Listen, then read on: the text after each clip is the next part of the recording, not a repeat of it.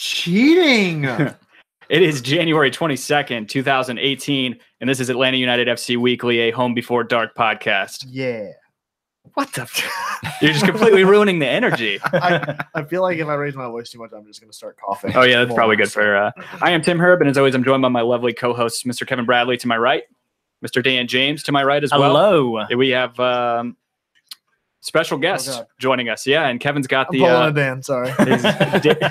Sorry, guys. No, Go ahead and pause it, man. I want to look at myself. I can turn it down and still watch it. We're being joined by Mr. Atlanta United Media, Jason Longshore.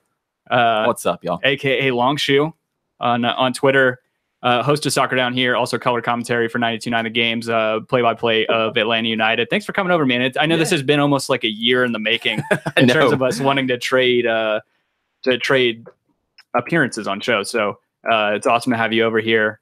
No, thanks for having me. Yeah, get ingrained. You get to watch the debauchery between these two as they. That's right. Look who came prepared. In the 10 minutes that we've had, I know that I'm tragically out of my depth. Yeah, we were. No, let's chop it all up. This will be fun. Yeah, I'll just sit back and let you guys do your thing.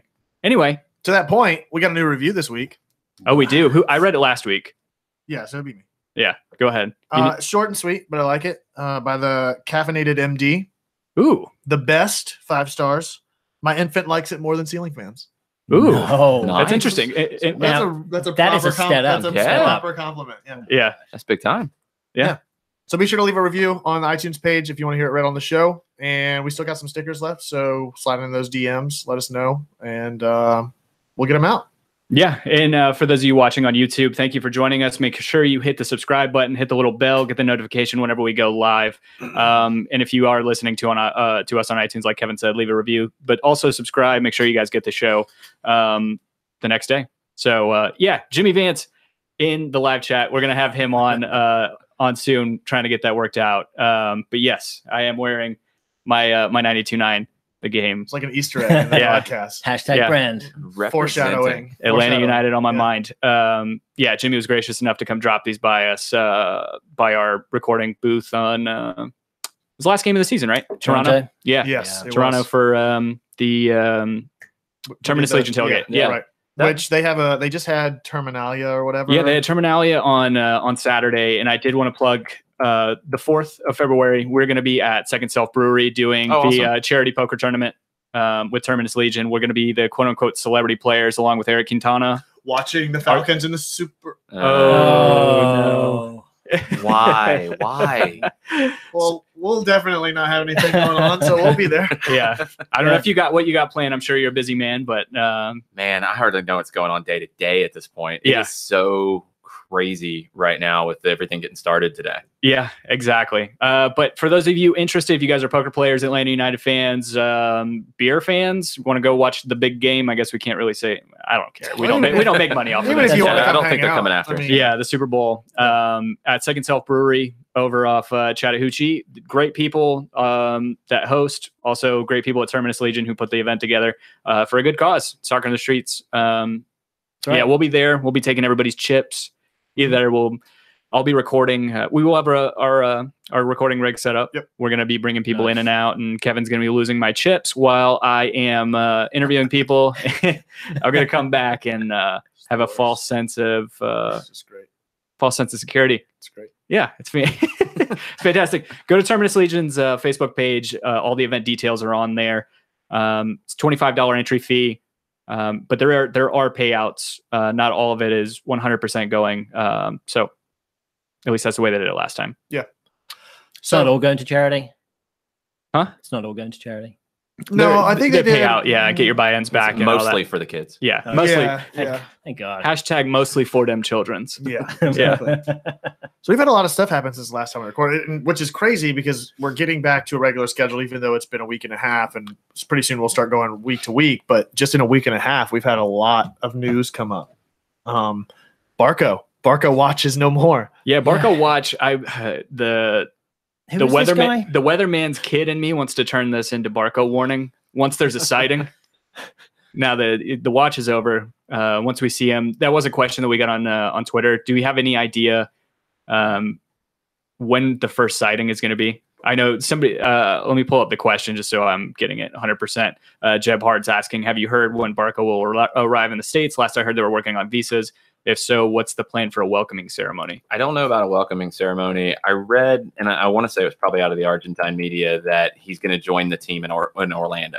So he might not even be joining up while they're here this week. Really? Yeah, it's the visa issue. I know some reports were that he already had it, but obviously not. Yeah. So, whatever the issue is, it could be some of the family getting visas too, because I think he's bringing some family members with him. Yeah, it makes sense. Yeah, it makes sense. This whole saga, though, it's just been crazy. I mean, it's such an introduction to the transfer, drama that a lot of clubs are used to, but Atlanta is not. And it's a nice primer for the eventual other transfer dramas that will come down the road. Yeah, it's true. Absolutely. I had it in the back of my mind because I've been dealing with this for so long. We won't talk about it, EPL, but because of that, having watched, I came prepared. I've been watching it nonstop. Having watched so many transfer sagas over the years, like I have my expectations tempered, right? Right. So I was kind of expecting just over the years how many things have fallen through, and British tabloids, the way that they operate. That most this was going to just transfer rumors happen that way, except Emil Heskey, and then it was just going to fall out from underneath us. But I think this was definitely a good learning experience. I think for a lot of new fans, in the best way possible, because we didn't have to do it through failure, trial by fire, right. Whatever, trial and error. But that said, I mean, I don't know. I'm just excited. I'm trying to get my thoughts in line here on Barco. I'm incredibly excited just because of. So we talked about during the season. We talked about Martinez and Almiron having gravity. Mm-hmm. So I think after 3 or 4 games, potentially when he gets his wings under him, he could be creating a lot more gravity than those guys. Because it seems like a lot of the highlights I see is him dribbling around, and the only way the opponents get the ball by fouling him. So if they so when teams were bunkering with us last year, we struggled a lot of the times to break him down. So if we can have another center of gravity that unfortunately Assad didn't have. Well, it's not just having a center of gravity. It's what he and Nagbe both present is like they're comfortable with the ball at their feet. Right. That's what I'm saying. So if we've got all these different centers of gravity pulling defenders this way and that way, then you can dribble through and help break these bunkering teams down a lot easier than we have done in the past. I guess the biggest concern with that is, I mean, both of those tactics, whether it's the way that Atlanta United played last season or this new approach, is whenever you do have players that are comfortable with the ball at their feet, sometimes players lend themselves to being a little too comfortable. Yamil Assad in certain instances last year. Right. And they get too confident, and then it's a complete loss in possession at that point, and they then have numbers to run a quick counter in the opposite direction. So I don't know, with him being 18 years old, if he has the experience and the awareness to counter that mentality. Yeah, he does. He does. When you watch him a little bit in like a full match, and I watched the Sudamericana once everything started with him and what was going to happen, started watching his matches, and I liked watching what he would do when he didn't have the ball at his feet. His movement off the ball, very good. He works hard defensively. That's a big part of the system. Yeah. And I think you're right. I think it comes down to when teams want to bunker, now you have a player who can beat you on the dribble in Barco. Nagbe can as well. Exactly. But you have 2 strong passers as well. Like you look at passing numbers on both of these guys, and they're both very high. Right. So you add strong passers, strong dribblers into a team that's already, very comfortable in possession, and it should improve.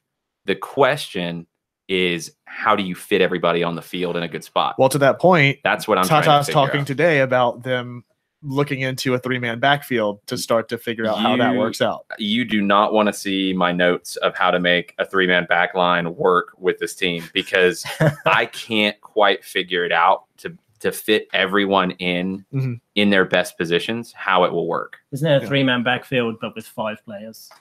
Yeah, but the problem is you could go 3-4-3, right? I mean, well, yeah, absolutely. The way I always look at it is this: like you have lineups that have 3 in the back or 4 in the back, and 3 becomes 5 very easily. Yeah. And then you have lineups that have 2 up top or 1 up top or 3 up top. So, when you get into formations, like they're also fluid anyway. Like it's more about philosophy than formation. But if you go 3 center backs, if you go with LGP, Parkhurst, and Escobar as your 3 center backs, you don't really have a right wing back. No, you don't. And that's the problem is you do with Garza. You have on the left, you're good. You don't have anybody on the right. So if you play Nagby there, he's playing out of position. How can he pick that up? Is it going to take away from his game? Can Carmona play by himself as the 6 in that role? I don't know. That's asking a lot. So how do you make it work? Like the only way I can see it maybe working is not really a 3-5-2, but more of what Chile did with Marcelo Bielsa. It's almost like a 3-3-3-1 or a 3-3-1-3, depending on how you shape it, where you have your second line of 3, your wide guys are wider, but it's just that question on the right side. You're going to either be playing, you're not going to pull Tito back there because then you're losing a huge impact. You can't, you could play Gressel there, but then you're pulling somebody else out of the lineup. So how do you make it work? I think it's 4-2-3-1 is the default shape for this team, just like they did last year. Right. And I think it's Nagby with Carmona in the central midfield. And I think it's Escobar at right back. But Nagby pushing further to the right? Maybe not so much pushing more to the right, but pushing more forward than it was last year with Lorenowitz, who sat and stayed sitting, and Carmona stayed deeper too. I think how this will be is Carmona staying deep and Nagby being free to join the attack as the 5th guy. So Carmona's less than number 8 now, right? He's going to be more of a 6. Yeah, exactly. Yeah.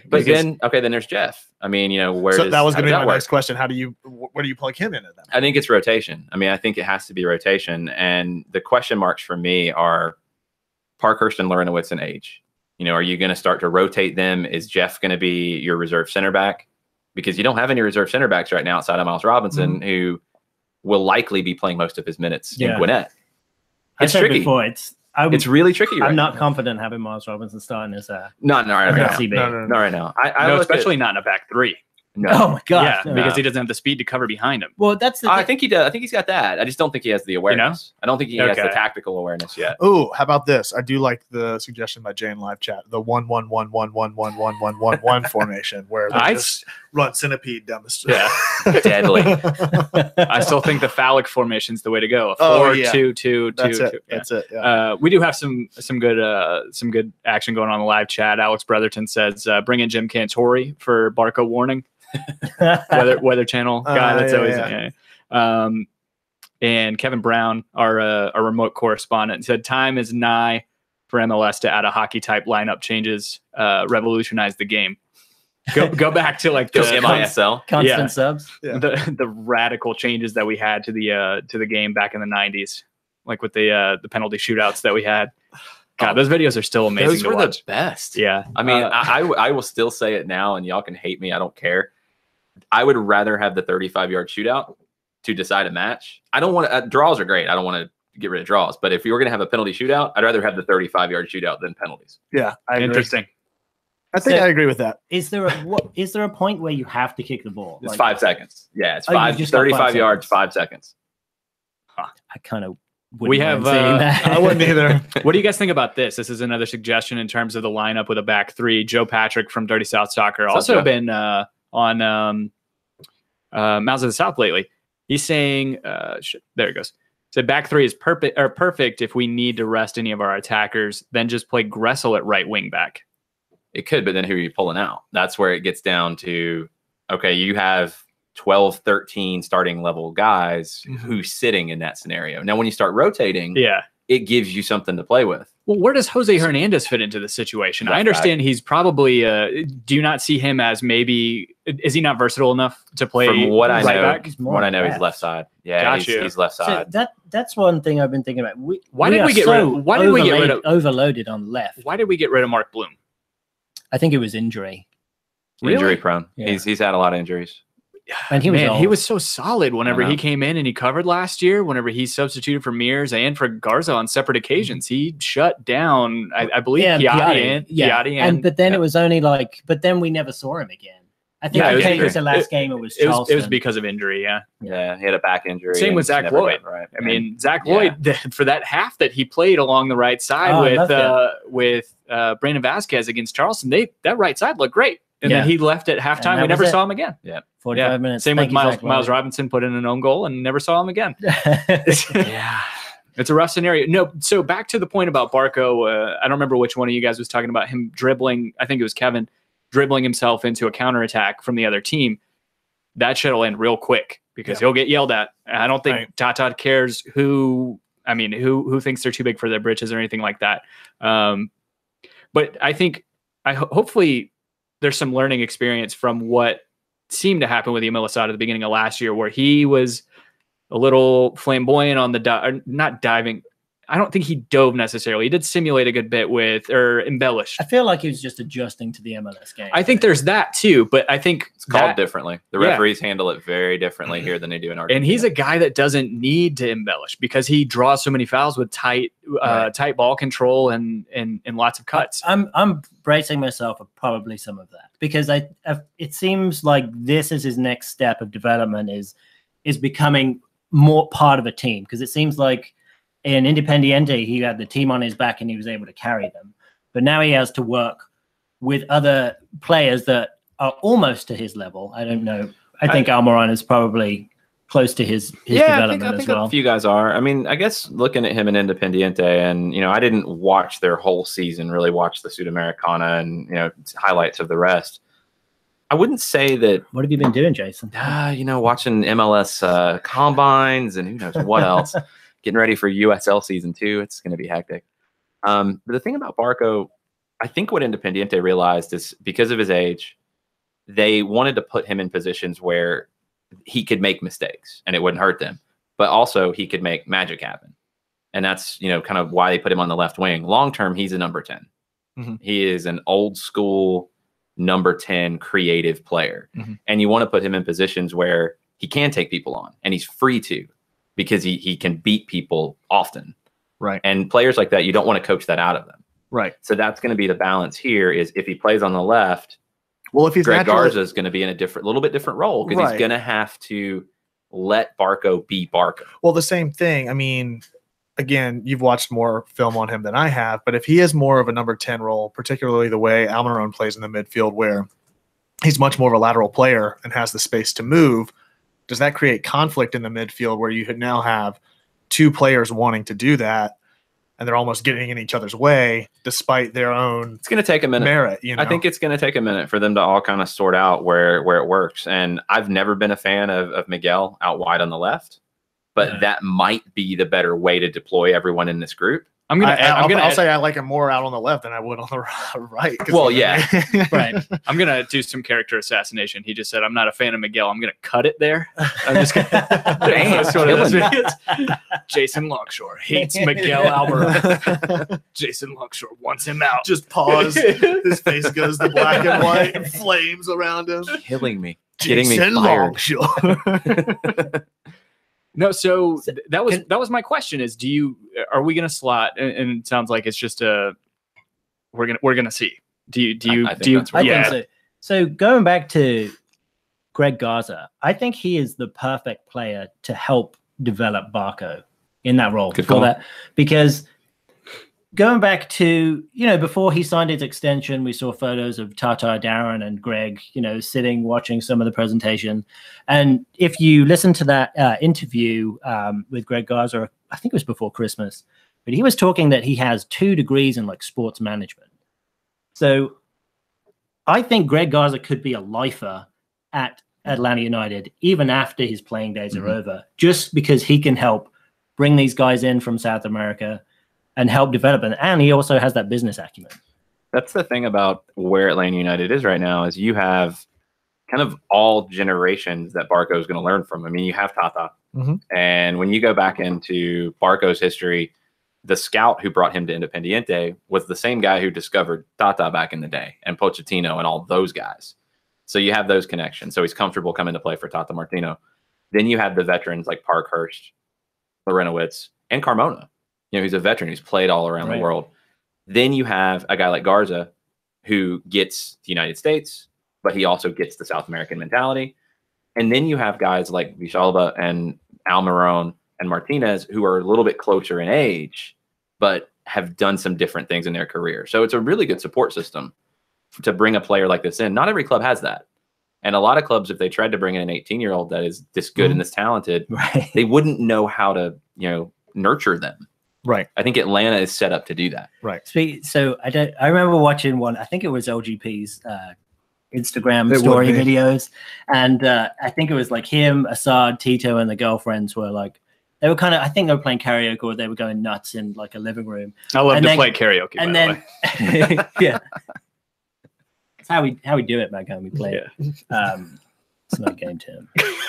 And then, this is a game? And then Carmona just comes out of a bedroom, like looks around, shakes his head, and then just walks back in the bed. It's like, he's the old grandpa who's sorting out the kids. So now that Barco confirmed, is that pretty much an assumption that Assad's gone now? I mean, we hear Minnesota United's interested in him. There's a couple other. That's really loose rumoring out of Minnesota on that one. But nonetheless, they have 2 DP spots, right? They have 3. They don't have a DP. Calvo's not a DP at this point? No, I he's thought a TAM guy. Oh, I gotcha. Yeah. I knew he was expensive. I didn't know that he was a It was a TAM. big statement in the media in Minnesota this offseason that we might sign a designated player this year. Yeah. Nonetheless, Atlanta United still has his MLS rights, though, right? They do. So it would have to be an MLS complicated. team that would have to kind of. How long do those rights last? It goes different ways. I don't know.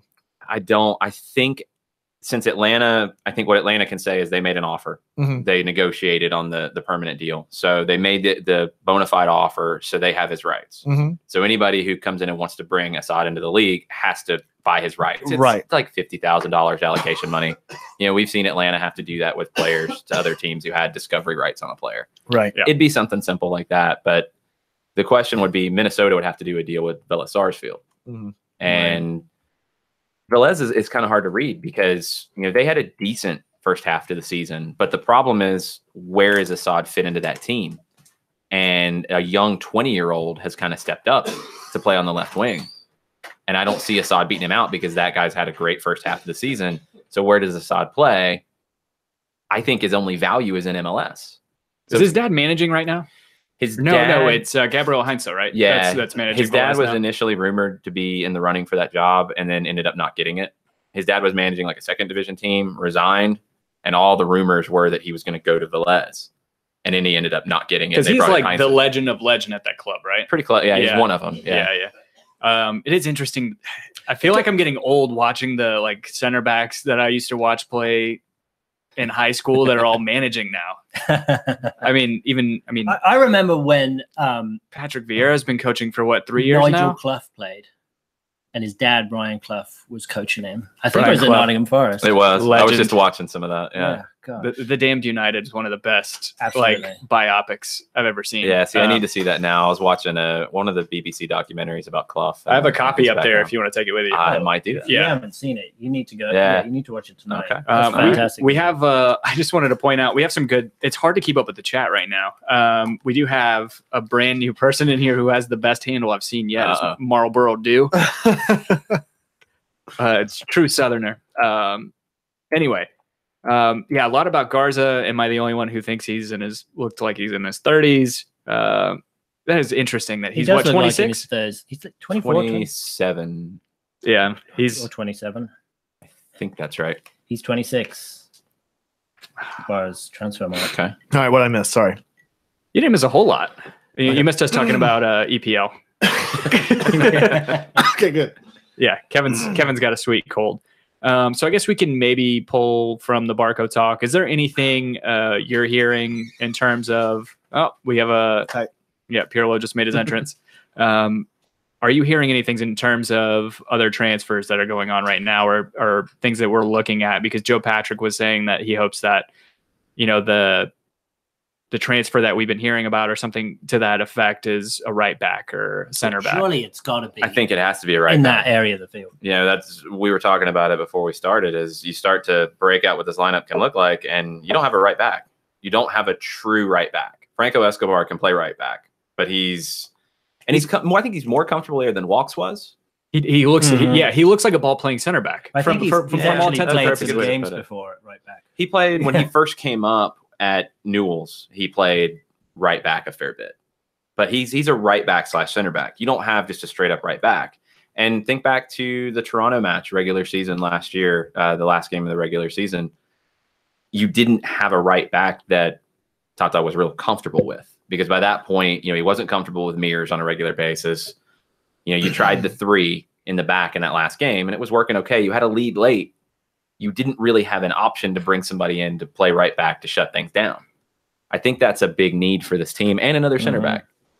The question from Kevin Brown is which center or which right back? I mean, who do we go after? Who's available? It does seem like there's not a lot of options out there, because I think it has to be domestic. Yeah, we start to look at, and that makes it even harder, right? Because there's a few. There's a dearth of fullbacks, true good fullbacks in MLS right now. Free agents. Brad Evans is a name that's been floated around. I know you guys were talking. First of all, he's a little pricey. Congratulations on your first year with Soccer Down Here. You guys celebrated your anniversary today. When's ours? Sometime in March. Because it was after it was enough about you. Let's talk about us some more. After the first game. Congratulations. Thank you. You guys were talking about Brad Evans potentially being too expensive of a player for us to bring in. Could you pay? So we're still kind of cloudy on Tam and Gam. Could you use one of those to pay down his? Would he be a Tam guy at that point? No, he would not be a Tam guy, because Tam guys, he'd be a Gam, because he's a free agent. Yeah, no, just because of where his salary would be. Oh, I got you. Tam has to be over the designated player threshold. You can't use Tam on a guy who's $300,000 a year. It has to be $500,000 plus. Yeah. So you could use Gam, but I think Evans is just going to be too pricey for a reserve role. You think he would be a reserve at this point? Because he's not going to start over Escobar at right back. Yeah, it's just you have no depth. That's the problem, is you don't have another player at right back right now. I haven't watched it, I haven't watched a ton of Seattle play, but Brad Evans, does he have a position other than just defense? Isn't he like a utility guy? Utility. I mean, he came up as a holding mid, then played center back, right back. I mean, he's kind of bounced around. I'm not as sold on Brad Evans. He's handsome enough to play on this team. I'll tell you that much. I would rather look at Kofi Sarkodie as a free agent. San Jose last year. He welcome. Yes. He was the one who had the worst tackle I've ever seen live that did not see a red card. The 2-footed, studs up tackle on LGP? Was it Assad, I think? No, it was on the sideline. He ended up getting the red later, second yellow, for dragging Assad down. Was that on Garza? No, I think Garza was off to the side of it. God, I can see it. Because I can too, because our seats were facing that way. That was the first half, right? It was first half, because he was red carded in the first half. Yeah, it was one of those that I saw it live, and live we're right at midfield at Bobby Dodd. Oh, it was Assad, because he scraped the back of his calf. Yeah, no, it wasn't. It was straight on. It was straight on to him, and I'm watching it live. That looked really bad. And then we get the replay on the monitors, and oh my God, that was really bad. I didn't see one that bad. But Sarkodie's available if you want to have somebody who's going to make those tackles. Hey, good. That works. The guy that I would, if I could pick anybody, and actually somebody reasonable, Keegan Rosenberry from Philadelphia. Keegan Rosenberry had that great rookie campaign in 2016. Last year had a falling out with Jim Curtin. He was actually benched for the final match of the regular season. He's an attacking right back who needs to change the scenery. And you could get him in a trade, I think, because they have Raymond Gaddis, who will probably be the right back in Philadelphia. Wouldn't be too expensive to get him.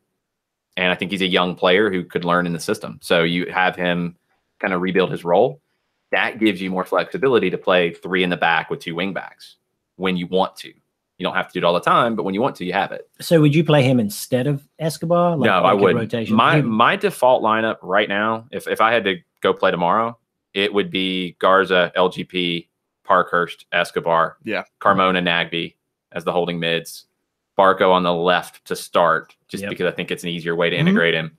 Almiron as a 10, Villalba on the right, Martinez up top. Yeah, I agree with that. Yeah, I think that's the safest bet That's my default right now. It's safe. I think with 3 in the back, it's risky because you're pulling people out of position. So the other thing is that too much? I mean, you do have returning players at the onset, like Lorenowitz and stuff like that. Is that too much of a change to bring Barco and Nagby in that are kind of changing where those core formations are happening and those exchanges are happening with Assad and Garza shifting on the left and the way Carmona and Loretto Wentz flipped in the mid? Does that introduce too much change too soon, or do you kind of phase that in bunches early on in the season? I think you might see more. I think you will see more rotation this year than we did last year, which I think is healthy. Yeah. I mean, no pun intended. I think that needs to take place so that it's not. The one thing is, though, it's not Tata Martino's MO.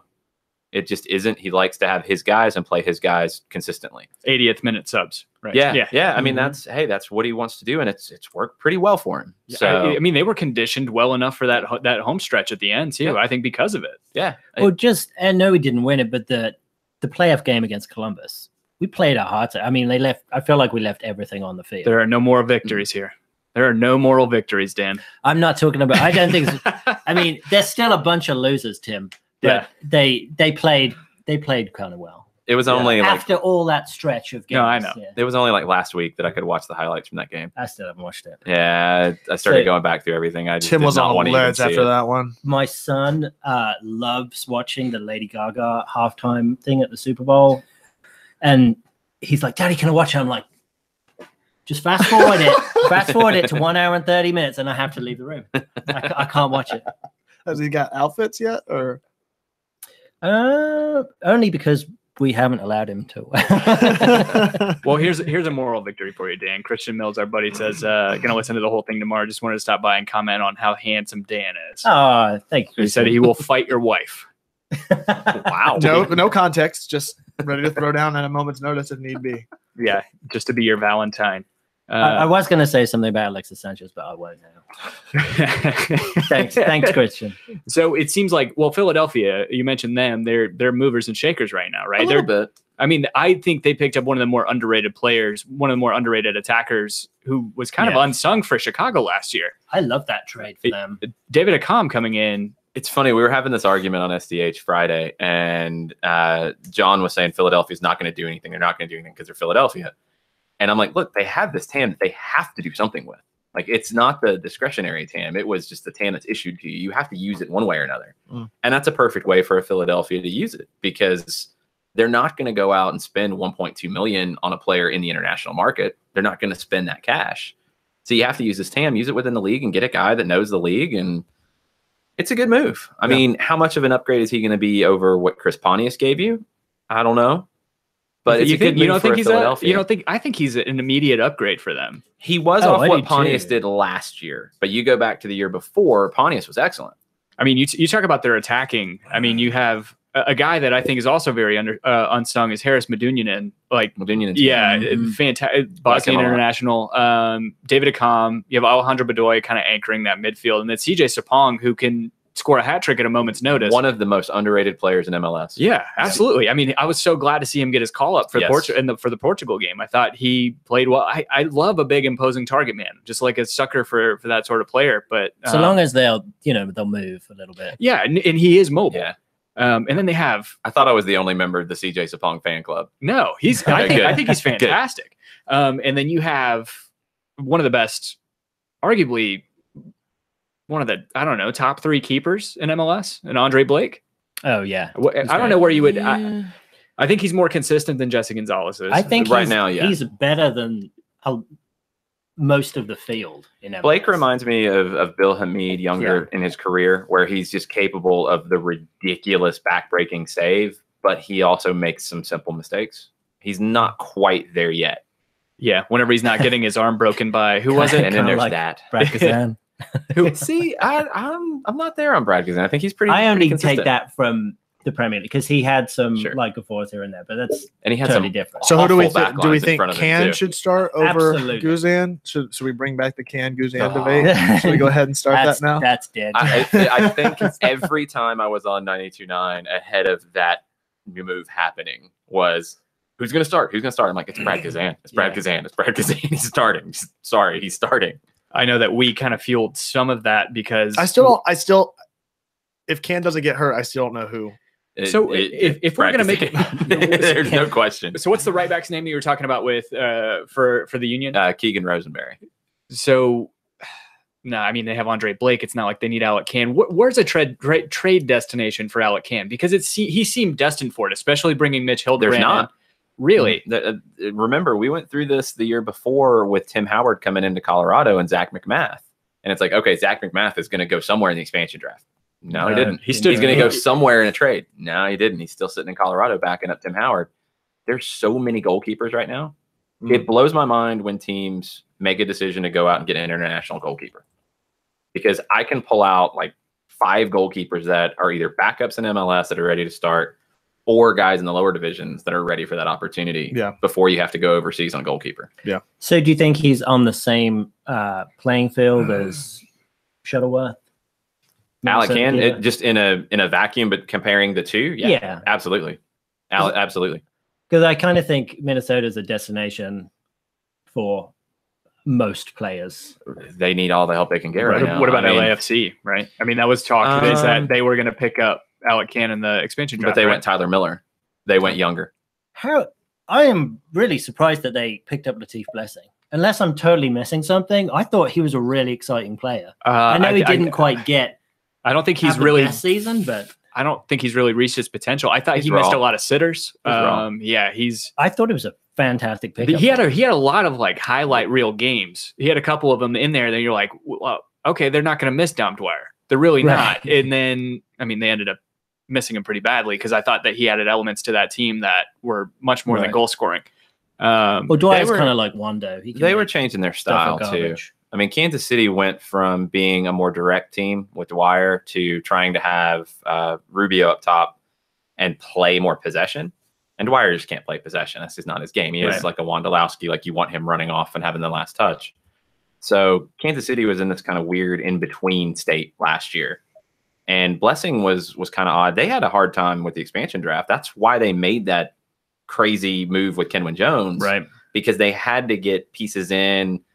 It was something about the international players available. I'd have to go back and read it, because it took me about 2 hours to figure out why they made the move. But then I'm like, oh, okay, I get it now.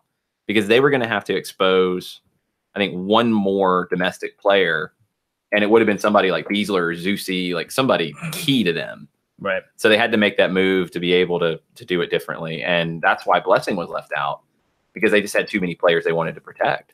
Wow. And you saw them even make that shift early on in the season. I think that was the first game that you did a podcast with Kevin and me.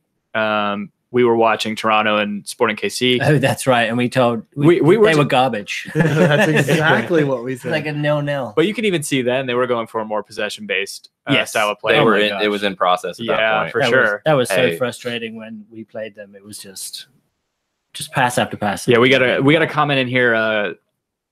Hat tip to Jason from Kendrick Brock. This podcast is way too knowledgeable with Jason. It makes me feel unplastic. So, all right. So is a hot dog a sandwich, or yeah? That's what do we stand on Euros? Yeah, that's more along our lines, I think. Yeah, I guess I did flip flop. There's a lot of there was like a 10-line discussion about the banner being covered. I put the wrong one on top, I guess. Yeah. No. Anyway, and that's not a squirrel in a tree. It's like a skull, some sort of abstract art. It's from a band. Coming out it's album artwork. But yes, we do have the Brittany Arnold signed "Orlando Ain't the South" 2 pull. That's I underneath. didn't know Brittany signed it. Nice. Yeah. So where are you on that? Because you seem to bow out from the whole Orlando's not the South. It's not the South. Okay, good. It's not the South. Oh, wow. Definitive answer. Really quick. Florida ceases to be the South, maybe south of Ocala. Like North Florida is the South. Oh, yeah. The Panhandle. Yeah, the Panhandle. He went to definitely UGA, the South. so yeah. I just assumed. Well, Panama City. I would say, I know Panama City well. Yeah, Panama. Jacksonville's the South. Yes, It's when you get a little bit further than that. I think Ocala is the line. Yeah, I think so. And Ocala's kind of the line between redneck and white trash. It's like, sorry, I'm not trying to. I try to toe that line in my everyday life. Yeah, that's an everyday battle. It is an everyday battle. So aside from Barco lineup changes, we also had the Super Draft this past. Was that the last week? Super Draft. It was Friday. Right? Yeah. Friday. So feels like forever ago at this point. It's like Tim and I cooked up this little this child of ours from Liverpool, which Tim is a big fan of, that graduated from Clemson which I'm obviously a fan of, and Oliver Shannon, which we picked up in midfield. But didn't he go through the Everton? He's an Everton guy. Yeah, I don't care. He's That's a unimportant. he's a fucking toffee. I don't. He's got an uphill climb from Fake me. news. Went to Clemson. That's all that matters. He's a toffee. But yeah, we picked up 3 picks there. John Gallagher was the first pick, right? Or John Gallagher. I've heard both. I mean, I think technically it would be Gallagher. I just want an Iron Tooth design of Gallagher, like with a mallet with him on it. You guys ready That's to a smash good some one. D? Whoa. After Wow. dark. Oh God, yeah, I wasn't even thinking about that. And Gordon Wild. Yeah, Wild. Vild or Wild. See, I got to check on this. Like, which is at Maryland. I try to pronounce the names as their mother does. Yeah. That's my rule of thumb. That's why the whole like Vishalba thing started. Is that the same with Barco? His first name? Because Ezekiel. Ezekiel versus Ezekiel. Yeah, I mean it should be Ezekiel. Okay. You know, just because of the way that the E's are pronounced. I try. It's hard. I mean, I am born and raised from Atlanta, so Yeah. you know, I don't hit it always right. But Vishalba is how his parents would pronounce his name, Ugh. and I need to check on. I just Gordon's sound too So- pretentious saying half of them. And a total flip side to that, I remember years ago, Aston Villa got this defender called Antonio Luna, so everyone called him Tony Moon. That's awesome. Yeah. Oh, it's Tony Moon. But it's Villa fans for you. How's the championship treating them? Looks like they're gonna get promoted. Oh boy. So anyway, Gallagher, and then he's Shannon. he was a forward. Yeah. We picked him up at 14. Did we trade up for that pick? I can't remember. No, we didn't. That Okay. was where we were. Okay, think we so did we end got trade him forward out of Notre Dame. A bit Kind of of prolific. Yeah. Bit of a surprise. I mean, he was the mock drafts this year were all over the place. This pool, I heard somebody say it wasn't as deep. I actually think it was deeper. I just don't think there were as many obvious selections in this one. I think it was a lot of like picking by need or picking on what you hope a guy turns into. There wasn't like a clear guy who's going to step in and play a bunch of minutes this Right. year. So of the 3 that we have, what's your? I mean, all I've seen are the highlight reels that were posted on each player's page. I think Oliver Shannon's ready to start just based on his tenure alone. Just saying. Well, that was the one thing I was going to say is you guys talked about that on Soccer Down Here this morning, the mock drafts being all over the place and them being essentially being flip-flopped. Yeah. In watching those highlight films, I thought that Vild or Wild looked way more prolific and way stronger and more ready to play. Depends on which of your highlights Well, you're see, watching. that's what I was saying. The only highlight reel I saw It's was true. just PKs, it felt like. Well, the thing about him was he almost signed a Generation Adidas deal last year.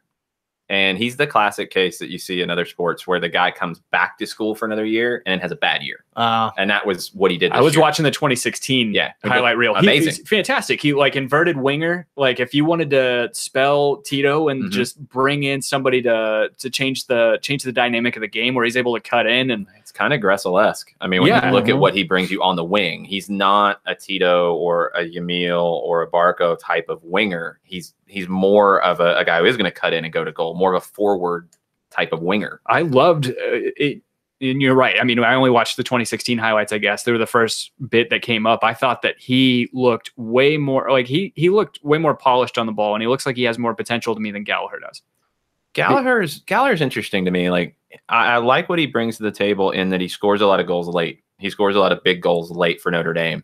You know, it's just something you can't teach. I mean, he just shows up in big moments. And that's something you can work with. I like his quickness. He kind of, if I'm going to compare him to an MLS player, it's kind of Wondolowski-esque. Like just that scrappy guy. Like he doesn't stand out to you, but he ends up in the right place at the right time and he scores big goals. That's where you saw a lot of his goals. He's very composed in the box. I mean, there's a lot of, what we call cluster cuss goals whenever you play FIFA, where that ball's just ping ponging in the box and he's just comfortable enough to take it and put it in. I mean, how many long range shots did we have where it's pinging off the bar that we could have used somebody like that? Yeah, for sure. He's a smaller guy though, right? He's definitely not a huge guy. He's smaller than Gordon Wild. Yeah. Wild definitely looked like a kind of a more imposing, like you said, Gressel on the wing. Yeah. But let's talk about Shannon too, because we're talking about you made the joke that he's ready to start.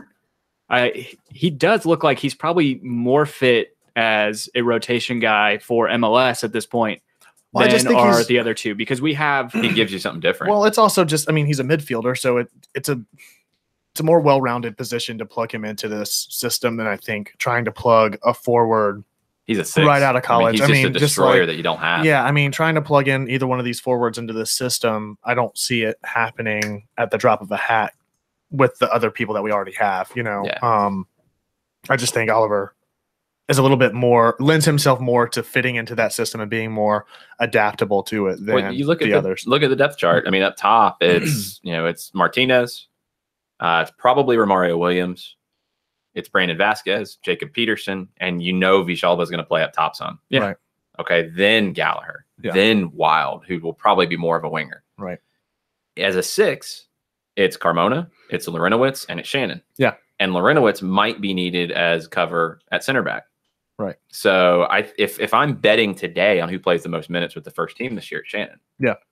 No, I think you're absolutely right, because I mean the forgotten men, even though one of them is pretty much a boy still, Brandon Vasquez and Romario Williams, and we talked about it last show. I mean, we have two guys. We have pretty damn good depth up front. Yeah.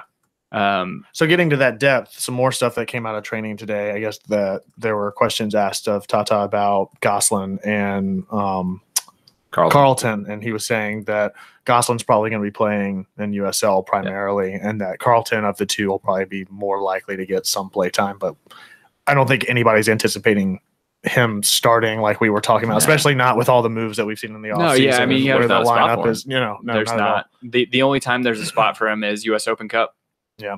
I think then, happens, we can probably fit somebody else in there. I think USL, the first half of the season, is where you're going to see a lot of Carlton, a lot of Gosselin, a lot of these guys, and they're going to get a chance to kind of show what they're all about and show what they can give you in this type of system. And it'll be the second half of the season where you can dip into that pool a little bit more and say, Gosselin is ready to give me minutes at the first team level as an 8. Because I don't know where Gosselin fits yet. I think he's Carmona from last year. Yeah, right now he is. I think long term he becomes a 6. But you can't. At his age, I don't think you'd want to put him there. And you can't do that alongside Nagby. No. Yeah, so he would essentially have to play an 8, and either you slot Carmona next to him or you slot Lorenowitz next to him. But you don't want to lose Nagby. But you look at it with the USL team right now, and you can go into it. The back is a question. I think you're going to see some USL signings for defense. But let's go from the central midfield forward. I think you could see a opening day in USL with Shannon and Gosselin as your 2 holding mids. Which that, not to sidetrack, but that did get announced today. For those wondering, the Atlanta United 2 schedule got released. I think it was today. It was today or yesterday. I know opening game is March 24th against New York Red Bulls 2. Right. So, continue. So Shannon, Gosselin as your 2 holding mids. So impressed with the amount Probably Carlton as a 10 could play out wide, depending. But I'd like to see him as a 10. I think Vasquez is going to see time in USL. Gallagher, Wild, getting red cards. It happens one time. Yeah. See, I thought I was the only one that was really mad about that red card because I'm furious. It was. I mean, a lot of people were like, "Oh, it shouldn't have been a red card." It was a red card. Yeah, it was just stupid. You just he can't kicked out, do right? that. It was you just can't do that where that game was. But he's a young player. I mean, these things happen. Yeah, these things happen. Hopefully it's a learning lesson, and you didn't see him a whole lot after that, and that's why you can't trust a player who might lose their head that way. Yeah. So continue. So you have Gosselin and Shannon anchoring that midfield. I think those are your 6 and your 8. Some combination of Wild, Carlton, and Lagos Kunga across the attacking. So I don't know a whole lot about Kunga. He's just an attacking midfielder, right? I don't know where Lagos ends up playing at this next level. He's really raw still, right? He is. He's very left-footed. I've seen him play in the academy as a forward. I've seen him play as a second forward. I've seen him play as a 10. I've seen him play on the left wing and as an inverted right winger. He's extremely left-footed, very creative going forward. I'd love to see what him and Carlton can do together. But if you go into it with that Shannon, Gosselin, let's throw Kunga on the left side, Carlton is the 10, Wild on the right, Gallagher up top, or Patrick Okonkwo up top, another one of the homegrowns. Yeah. That's a fun group to watch. Yeah. Where does Bello fit in? Bello, see, I think Hernandez is going to play a lot with USL. Yeah. I think probably as much because of the international slots as anything. You don't want to use an international slot on a reserve left back with Garza. So because you have Ambrose and you have McCann who can play that role. Mm-hmm. So Hernandez gets the loan to USL, plays every day. Bello is the reserve there. Gotcha. I think Bello is going to play a lot of time with the academy as well because he can still play academy. Because he's what, 17, 18? Yeah, he just turned 17. Okay, yeah.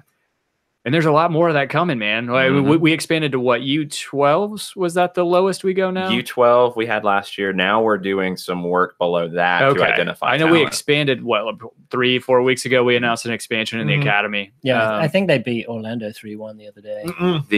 That was the 15th. 3-0. 3-0. Yeah, the 15s drew 1-1 and the 17s 3-0 win. Mm-hmm. 17. So we've still never dropped points, or we still never lost to Orlando, right? Suck it.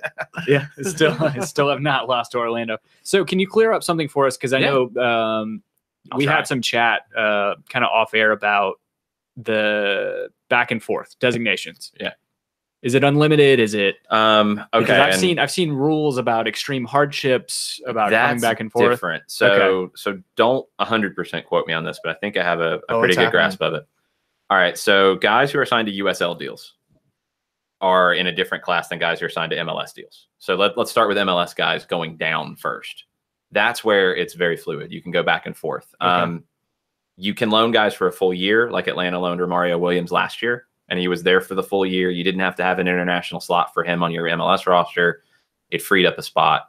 That's what you'll see some guys do. I think Hernandez will fit into that type of role. Right. You'll see some guys who will go back and forth on a game-by-game basis. Going down, you can do that as much as you want. Where that hardship thing comes in is guys who are signed to USL deals coming up.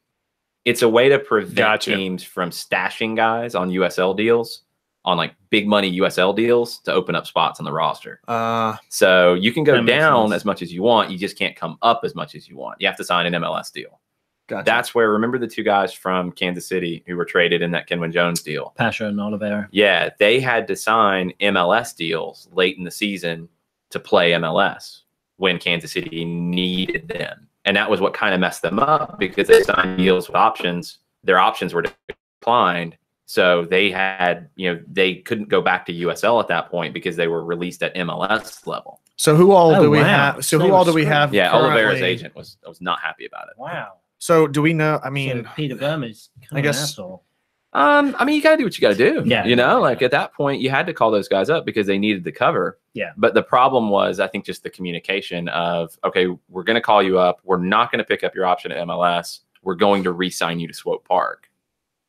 And I just don't think they worked all that out. Right. So I don't know enough to know about who on this roster. Do we know of anybody that's on a USL deal currently? Nobody. Versus an MLS? No one is on a USL deal right now. Okay. You'll start to see some guys signed to USL deals soon. Right. And I think Bocanegra said today that you'll see some trialists on USL for the USL team. Yeah. You're not going to really see any trialists for the first team. Yeah, that makes sense. Yeah. I mean, you don't need to. Look at the roster as it stands now. You have a ton of players already. Oh, absolutely. And you have academy. Right, so. right. Yeah, we do. Oh, speaking of Bocanegra, we also got confirmation that Tito got his green card as of today. That's awesome. Yeah. That was unexpected. Yeah. No, yeah, he was the last one I expected for that to happen for. Yeah. So, yeah, that's a lot of the chatter going on right now is talking about him and, mostly Gressel now, because the next card to fall would probably most likely be Julian Gressel. I'm not even trying to predict it anymore. If these immigration attorneys could pull green cards for McCann and Kenwin Jones before they even came over here, and now you get one for Tito. Who's on one? Who else is on? Was LGP on one right now, or are we working on that probably? He does not have a green card. Kratz got a green card late last season. Right. He did. Yeah. Him and Kenwin got theirs last year at the same time. McCann and Kenwin got it before the season even started. That was it. Okay. That was the one that blew my mind. Got it. Yeah, the immigration attorneys for Atlanta United are the MVPs. Yeah, no doubt about it. Mind blowing what they've been able to do. Because we talked about it a couple months ago, and up until today, we were what, negative? We were -1 in the international slots up until today. I think we're net even right now. I'm not sure where we're at right now, but it doesn't matter until March 1st. Yeah. Right, so, and we'll be fine. I mean, there are probably a couple more that are going to happen. So we're talking right now. So for my international spot tracker. Oh, very nice. So we had 9, traded 1 to Portland, traded 1 to LAFC. And then the 7 that we have are Almiron, Escobar, Carmona, Martinez, LGP, Barco, and Williams. Does Hernandez not count on there? I haven't got him on here. He should be. Yeah, he's an MLS player. He's Venezuelan. Why don't Yeah. you fix that? But wasn't he? Well, there's nowhere to go. Yeah, we don't know if he's going to be loaned yet. If he's loaned, then it doesn't take an international spot. Right. If it's that year-long loan. I just threw him on the USL roster. Question from Robert Swick, our buddy over from Terminus Legion. What's up, Swick? Do we see Romario come up to the first team or continue to dominate USL? I think he sits right behind Joseph on the bench. Yeah. There's no point for him to be back in USL to start. No. Amen. I think he's at a point where he has to show that he's ready to be the number 2 at forward. And if he's not, then they need to move him because there's no like double-digit goals 2 years in a row in USL. There's no point to go back. Yeah. No. He's shown everything he can show there. He has to show that he can do it at the first team level. So with Tito's green card, what track does that put him on? He's never going to get capped by Argentina, right? I doubt it, but there were reports in December that Paraguay was actually looking at getting him citizenship because I think his dad is Paraguayan. Interesting. So what would we have to do to get him capped for the USMNT? You got to start the citizenship process. It's like a 5-year deal. So I mean, it's unlikely. Or longer. Thanks, Kevin.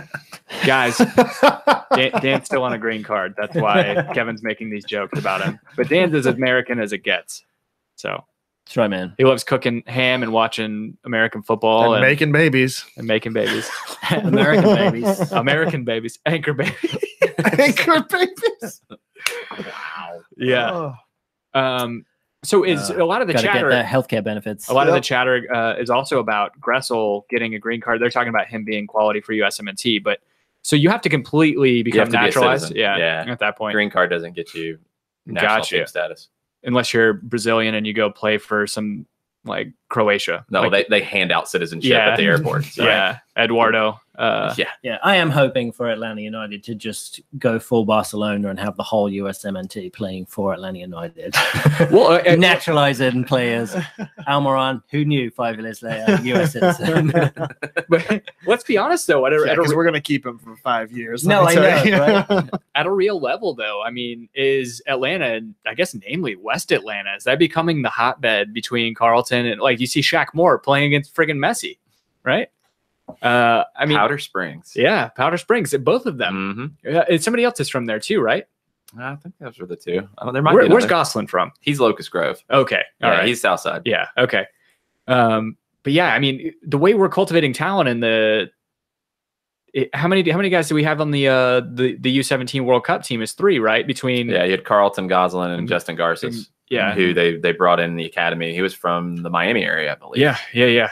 So I mean, you very well could see a lot of talent in the next few years. The way that our academy's going. Over time, you will. Yeah. Well, Asensio's from Roswell. That's the player right there.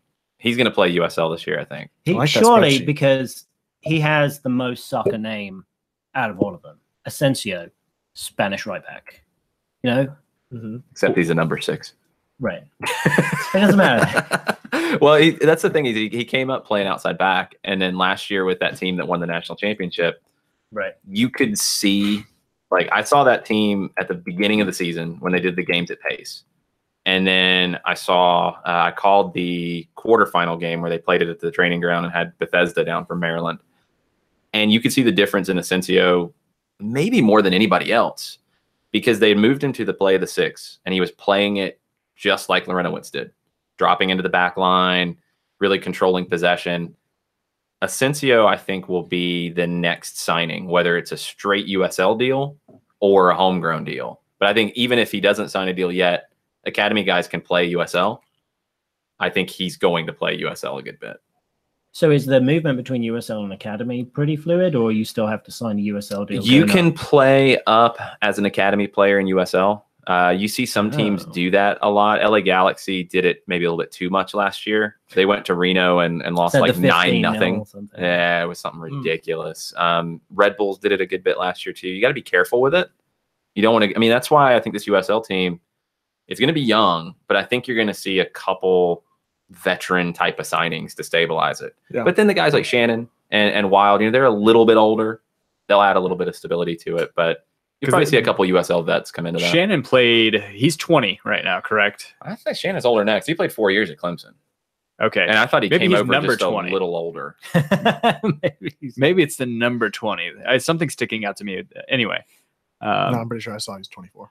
Yeah, I was okay. thinking he was 24. Maybe I'm thinking of somebody else. I know this guy. He's He's up and 22. down right now. 22. Can't wait to get my Atlanta United scarf and Clemson I bet you colors. do know him up and down. Stop. After dark. Stop. So I think we're coming up on time here. I would be remiss if I didn't mention a couple things. In It's like terms more of than a couple, Tim. movers and shakers, we already talked about it. Most of this stuff. Like we said, Philly bringing in David Accam, I think is a great deal for them. I think they're a better team. Yeah. Nah, they're not making the playoffs though.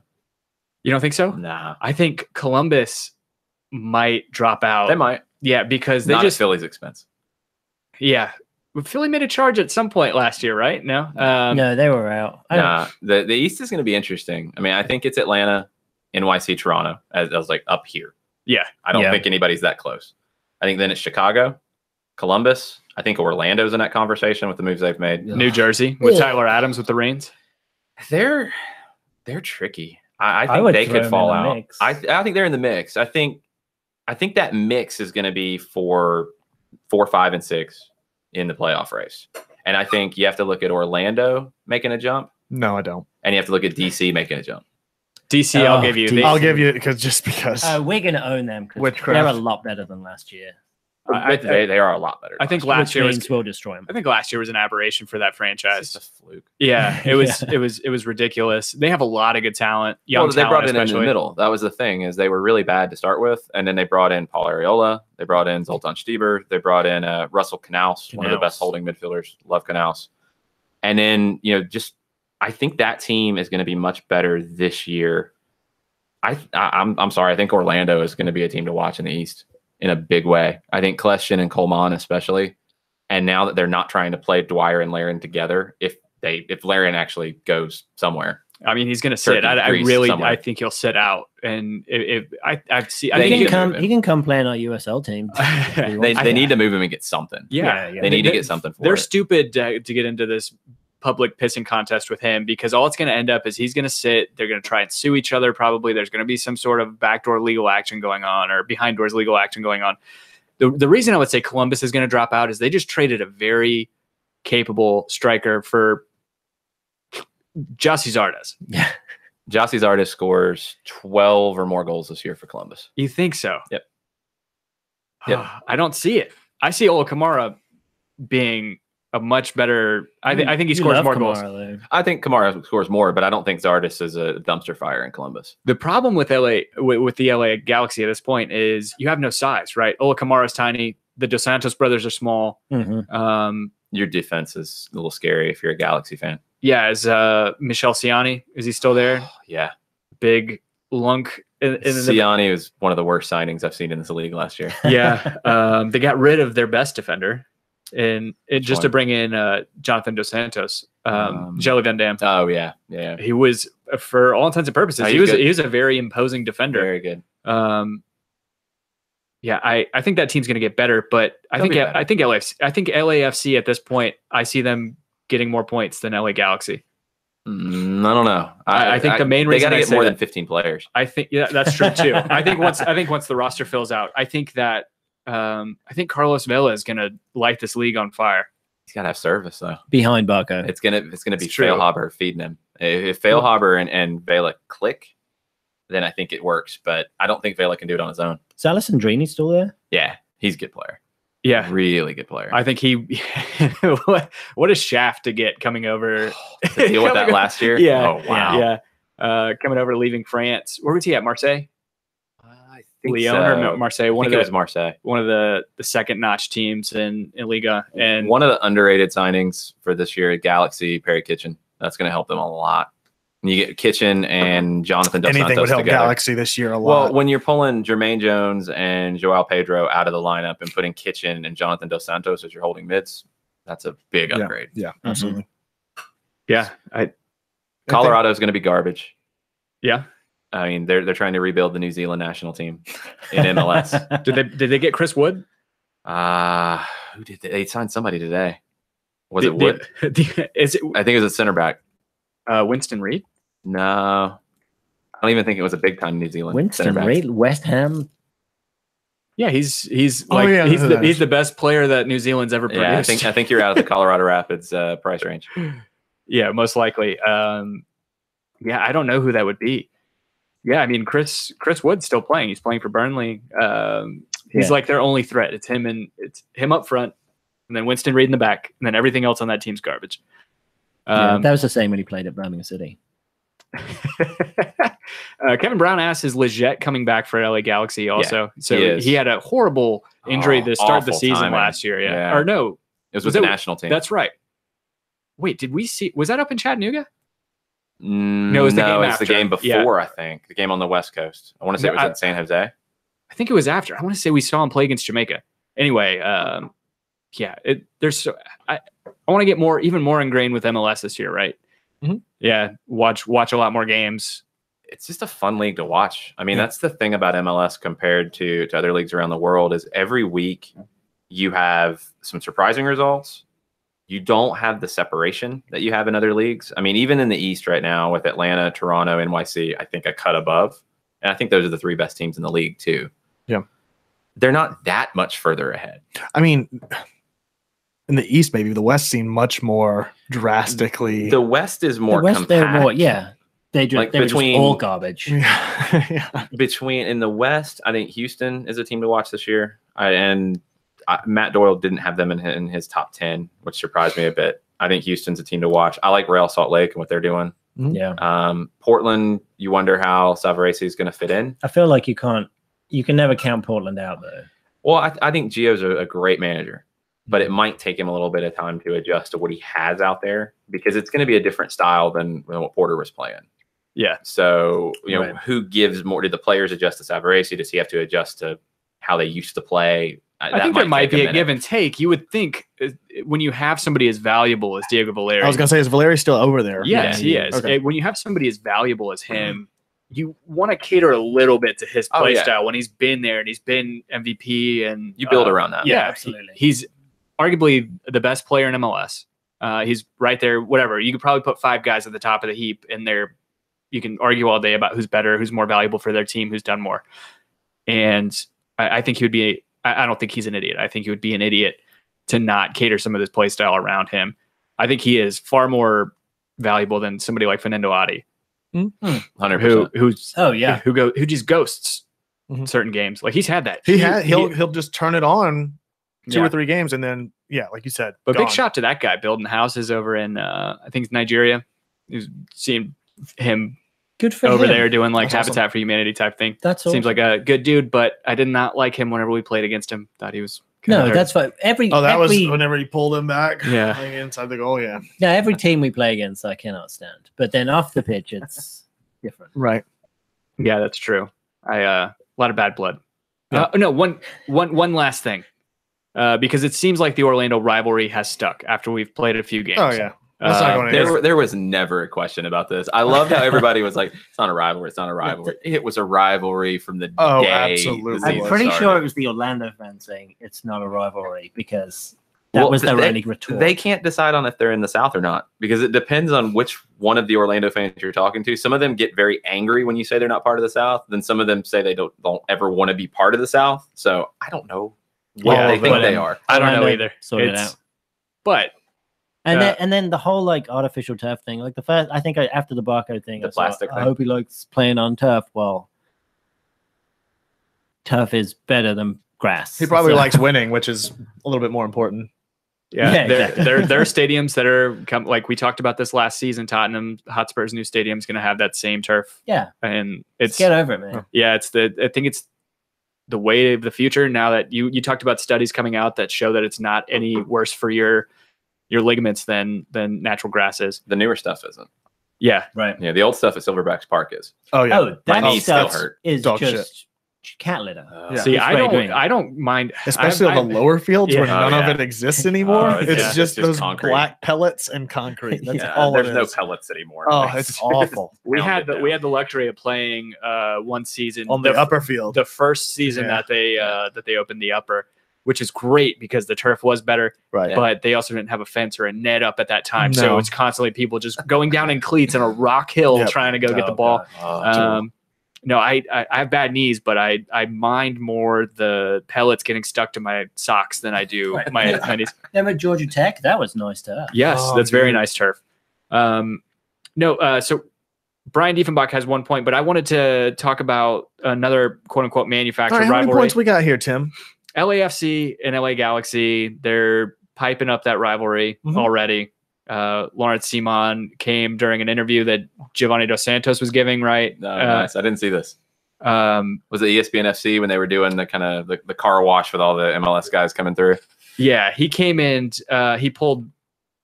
I want to say he pulled Vela away. It's one of the. It happened.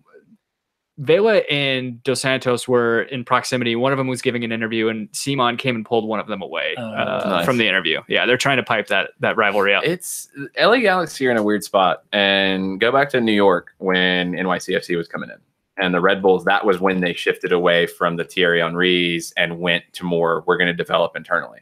I thought the Galaxy would make that move, and now they're kind of in this weird in between. Like we're still going to spend.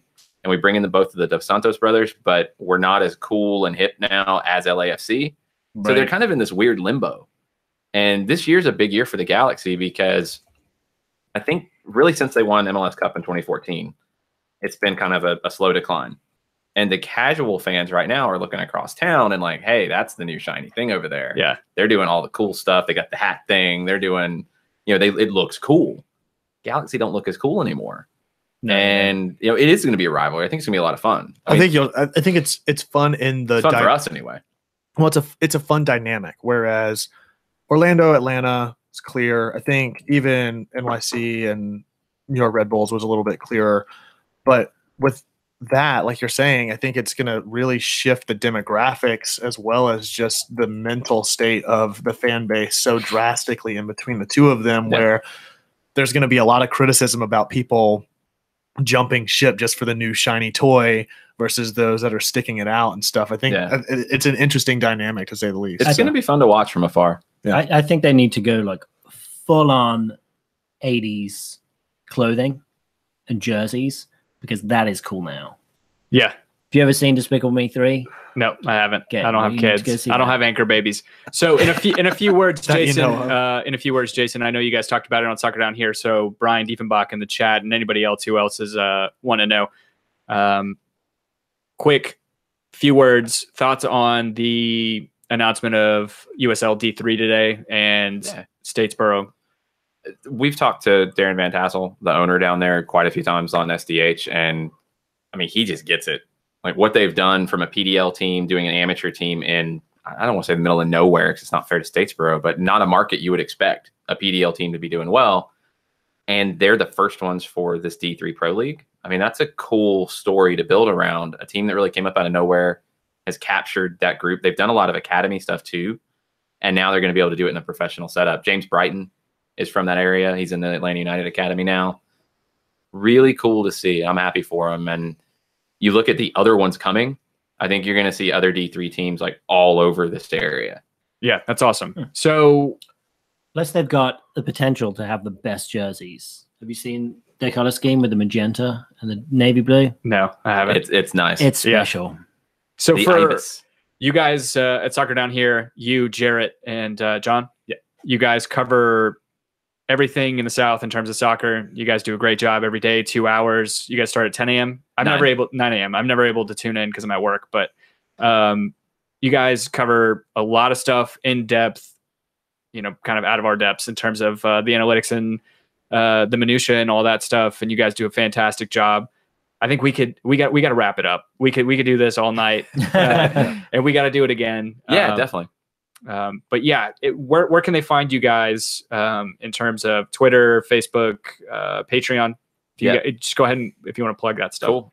We're patreon.com/soccer down here. And that's kind of new for us. We're adding some weekly shows in addition to the daily show, more like deep dives into things. We just did our first one called Soccer for Good with Jill Robbins from Soccer in the Streets. So more about the grassroots side and everything behind it.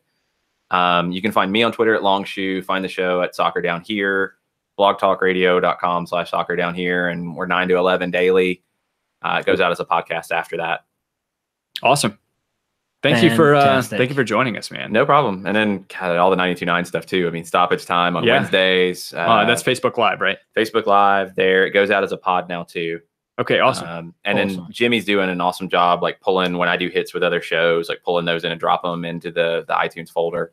So follow Off the Woodwork or 92.9 on iTunes, on Stitcher, and pretty much everything Atlanta United related will pop up, whether it's me with the midday show or Darren from Dukes and Bell on Friday. Everything goes in there. So cool. And where can they find you at on Twitter? Longshoe. That's shoe like the shoe, right? Yeah. Good job, Kevin. What else? What is it? I don't know. It's weird. It's a weird culture that we live in these days. You can find all of us on Twitter as well. Before we get to that, though, a couple last-minute housekeeping things. The Nashville game is coming up on February 10th. Yeah, it's February 10th. Tim and I are going to be driving up for the day. There's a couple of pregame events that are going on in town. I guess there's a pregame party at, Von Elrod's or something like that. Look it up. Be on the lookout. The most important thing is there's going to be a pregame thing, but there's also going to be a pregame thing that Tim and I are going to do at Prince's Hot Chicken, where we stuff our faces before we go stuff our faces. Nice. The other thing is, one of the things that we're trying to get together for some of the home games here in Atlanta is Bagel Banter. We had our first installment of that a couple weeks ago, or Tim did anyway. There's a great spot off Cobb Parkway called Brooklyn Water Bagels. It's probably the best bagels that I've had, at least in Atlanta. So go get some carbs before your liquid carbs. Yeah, exactly. Had some buddies, met some friends out there for that. Yeah, we'll definitely be organizing that. I mean, their booths are 4-people booths, so it'll be really we're going to be bringing them business. Nice. So yeah, it'll be fun. So, and congratulations to everybody in the organization. They had the MLS awards last week as well. Cleaned up. Yeah, cleaned up. Thursday, I mean, I think. the one that I don't think it was surprising to any of us, but that there were a few that weren't surprising. The ticket officer, like the amount of ticket sales Atlanta United had last year was just unprecedented. But the marketing awards specifically was really, really warranted, and it was good to see them clean up there. So congratulations to you guys. Stickers. If you guys want stickers, we have a few left. Just let us know on Twitter, and we'll get them out. We're going to have a shipment going out in the morning. Yeah. So thanks for checking us out, guys. Again, you can find all of us on Twitter. Tim, where can they find you at? They can kind of find me at Tim Herb right now. Kind of taking a break from social media a little bit, so kind of taking a step back. Yeah. It's kind of been consuming, and I want to, like you said, just get ready for we have a tidal wave coming up soon. So it's good to kind of separate because you're going to be all in it. So, Dan, what about you? At DNJMS. You can find me as well at The Architect. That's at _ARC, number 1 TECT. Collectively at Home Before Dark. That's before spelled B, and the number 4. Collectively is really just going to be me at this point with Tim stepping out. So you have me to blame for most of that. Thanks for checking us out. Again, leave us a review on iTunes to hear it read on the show. We love the hell out of you guys, and we'll see you next week or the week after. I don't know. You're going to have to follow us on Twitter to find out. Our new recording time is Monday nights at 9:00. Correct. Go ahead and subscribe on YouTube. Get your popcorn ready, or your edibles ready, and join us. Actually, you should probably do the edibles probably an hour before the show goes.